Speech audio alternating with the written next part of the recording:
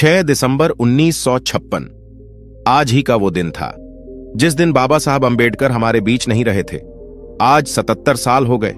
वो महामानव जिसकी बदौलत आज हम समाज में सर ऊंचा करके जी रहे हैं। अगर बाबा साहब ना होते तो आज भी हमारी दशा वही होती जो 100 साल पहले थी। आज हमें डॉक्टर बाबा साहब अंबेडकर का आभार व्यक्त करना चाहिए, उन्हें श्रद्धांजलि देनी चाहिए। आज कहानी बाबा साहब के महापरिनिर्वाण से जुड़ी है।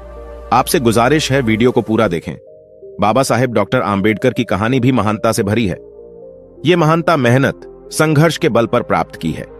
जिस फूल को हिंदुत्व के हिंदूपन ने पग पग पर कुचलने और मसलने की कोशिश की, वह फूल आखिर ऐसा खिला जिसने न सिर्फ भारत को ही बल्कि संसार को भी अपने ज्ञान की महक से मोह लिया और सिंबल ऑफ नॉलेज बनकर हमेशा के लिए अमर हो गए। आज की वीडियो बाबा साहेब आंबेडकर के जीवन के अंतिम पल्लों पर आधारित है। बाबा साहेब डॉक्टर आंबेडकर के जीवन के वो अंतिम पल क्या थे, आइए जानते हैं।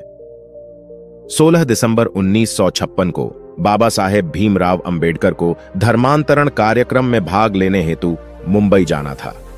3 दिसंबर की रात को बाबा साहब इस कार्यक्रम की तैयारी के बारे में चिंतन कर रहे थे।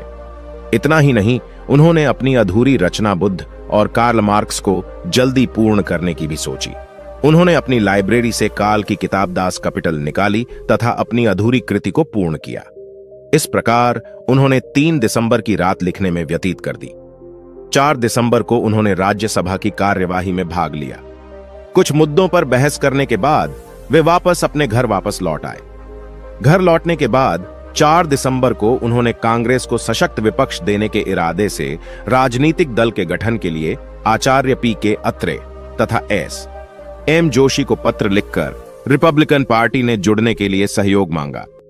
5 दिसंबर को बाबा साहेब अंबेडकर अपनी दूसरी पत्नी डॉक्टर सविता अंबेडकर से क्यों गुस्से में थे, आइए जानते हैं।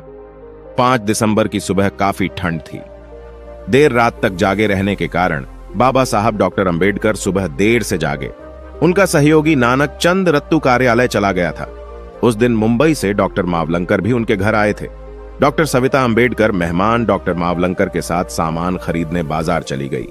इस दिन डॉक्टर अंबेडकर पूरे दिन घर पर अकेले रहे। शाम को रत्तू भी ऑफिस से घर लौट आया था, लेकिन देर शाम तक सविता घर नहीं लौटी थी। उन दिनों बाबा साहब की तबीयत बहुत खराब चल रही थी। इस तरह मेहमान के साथ पूरे दिन देर तक घर से बाहर रहना बाबा साहेब को चुभ रहा था। वे कुछ परेशानी की हालत में लग रहे थे। जैसे जैसे सायंकाल का अंधेरा गहराता जा रहा था, वैसे वैसे डॉक्टर बाबा साहेब का गुस्सा भी चढ़ता जा रहा था, क्योंकि इतनी देर होने तक सविता जी घर नहीं पहुंची थी। बाबा साहेब का गुस्सा घर के नौकरों और नानक चंद रत्तू को साफ साफ नजर आ रहा था, क्योंकि वे बार बार घर के लोगों से सविता जी के आने की खबर पूछ रहे थे। ये बड़ी सोचनीय बात है कि परिनिर्वाण से पहले दिन डॉक्टर आंबेडकर की कहानी बहुत ही कष्टदायक थी। रात को लगभग 8 बजे डॉक्टर मावलंकर और श्रीमती डॉक्टर सविता अंबेडकर घर पहुंचे। डॉक्टर आंबेडकर का गुस्सा 7वें आसमान पर था। घर के कर्मचारी बहुत भयभीत थे कि न जाने बाबा साहेब सविता जी के साथ क्या अनहोनी कर दे। लेकिन बाबा साहेब तो धैर्य और करुणा के महासागर थे। उन्होंने बचपन से ही कष्ट और पीड़ा को सागर की तरह अपने में समा लिया था। डॉक्टर श्रीमती सविता जी को बाबा साहेब के सामने जाने की हिम्मत नहीं हुई। घर के नौकरों ने और नानक चंद रत्तू ने बाबा साहेब का गुस्सा शांत करने की काफी कोशिश की। इसके बाद बाबा साहब ने जैन प्रतिनिधियों से मुलाकात की। बाबा साहेब का गुस्सा थमा नहीं था कि तभी जैन प्रतिनिधि मंडल के सदस्य उनसे मिलने आ गए। बाबा साहेब तो अपार सहन शक्ति के सागर थे। दिन भर तनाव में होने के उपरांत भी उन्होंने जैन धर्म के प्रतिनिधियों से संवाद किया। उन्होंने जैन और बुद्ध की कृति उनको भेंट की। जैन प्रतिनिधिमंडल के अगले दिन 6 दिसंबर के आमंत्रण को उन्होंने स्वीकार कर लिया। डॉक्टर मावलंकर रात को हवाई जहाज से मुंबई चले गए थे। मेहमान और प्रतिनिधिमंडल के जाने के बाद बाबा साहेब डॉक्टर आंबेडकर की कहानी, जो उनके महापरिनिर्वाण से जुड़ी है, अब शुरू होती है। नानक चंद रत्तू ने ऊंजे सिर ने तेल की मालिश की। उनको थोड़ा आराम महसूस हुआ। सोने से पहले रोज की भांति बाबा साहब ने बुद्ध शरणम का पाठ जपने लगे। उन्होंने उस रात चावल भी खाए, रेडियो पर गाने भी सुने। सोने से पहले उन्होंने कुछ किताबें अपने पास रख ली। श्रीमती सविता अंबेडकर डॉक्टर भीमराव के गुस्से से काफी डरी हुई थी। उनको अपनी गलती का एहसास हो रहा था। वह डर के मारे उनके करीब नहीं गई। सुबह जब श्रीमती आम्बेडकर हमेशा की तरह उठीं, तो उन्होंने बिस्तर की ओर देखा। पति के पैर को हमेशा की तरह कुशन पर पाया। कुछ ही मिनटों में उन्हें महसूस हुआ कि डॉक्टर आम्बेडकर के प्राण पखेरु उड़ चुके हैं। उन्होंने तुरंत अपनी कार नानक चंद रत्तू को लेने भेजी। जब वह आए तो श्रीमती आम्बेडकर सोफे पर लुढ़क गईं।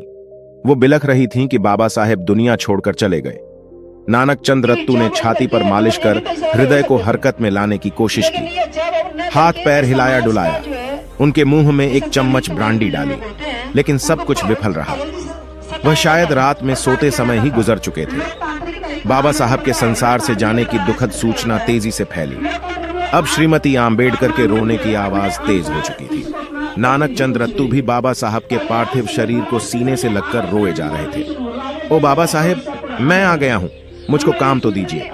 पर बाबा साहब जीवित होते तो बोलते। दोस्तों, ये कहानी आपको सुनाते सुनाते मेरा मन भी भर गया है, मेरी भी आंखें भर आई हैं। खैर, कुछ देर बाद नानक चंद रत्तू ने करीबियों को दुखद सूचना देनी शुरू की। फिर केंद्रीय मंत्रिमंडल के सदस्यों को बताया।